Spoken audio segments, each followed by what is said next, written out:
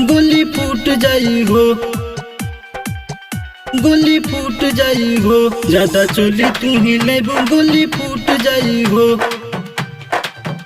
गोली फूट जाई हो, ज्यादा चोली तू ही लेबू गोली फूट जाई हो,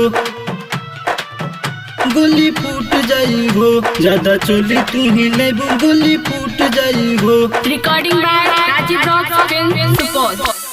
हे नेपाल वाली भौजी चीज लूट जाई हो, हे नेपाल वाली भौजी चीज लूट जाई हो, ज्यादा चोली तू ही लेबू गोली फूट जाई हो, ज्यादा चोली तू ही लेबू गोली फूट जाई हो। हे नेपाल वाली भौजी चीज लूट जाई हो, हे नेपाल वाली भौजी चीज लूट जाई हो, ज्यादा चोली तू ही लेबू गोली फूट जाई हो, ज्यादा चोली तू ही लेबू गोली फूट जाई हो,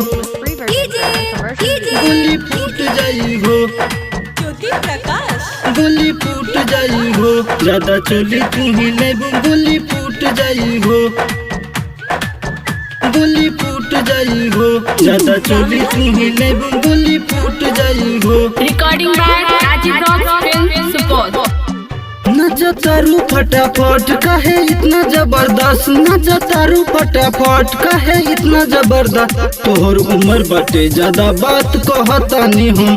तोहर जोबन बाटे जोबन दुनू लूट जाई हो, तोहर जोबन बाटे जोबन दुनू लूट जाई हो, ज्यादा चोली तू ही लेबू गोली फूट जाई हो, ज्यादा चोली तू ही लेबू गोली फूट जाई हो। ए नेपाल वाली भौजी चीज लूट जाई हो, ए नेपाल वाली भौजी चीज लूट जाई हो, ज्यादा चोली तू ही लेबू गोली फूट जाई हो, ज्यादा चोली तू ही लेबू गोली फूट जाई हो, गोली फूट जाई हो,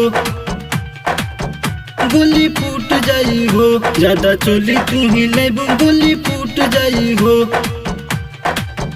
गोली फूट जाई हो, ज्यादा चोली तू ही लेबू गोली फूट जाई हो, ज्यादा चोली तू ही लेबू गोली फूट जाई हो। कहे प्रेमी बरजेस तू तो हो जाबू परेश, कहे प्रेमी बरजेस तू तो हो जाबू परेश, रसन रुवाइले पढ़ाई तोरा चोहोली के रेस, कहे पवन यादव नथनी टूट जाई हो, कहे पवन यादव नथनी टूट जाई हो, ज्यादा चोली तू ही लेबू गोली फूट जाई हो, ज्यादा चोली तू ही लेबू गोली फूट जाई हो। ए नेपाल वाली भौजी चीज लूट जाई हो, ए नेपाल वाली भौजी चीज लूट जाई हो, ज्यादा चोली तू ही लेबू गोली फूट जाई हो, ज्यादा चोली तू ही लेबू गोली फूट जाई हो। रिकॉर्डिंग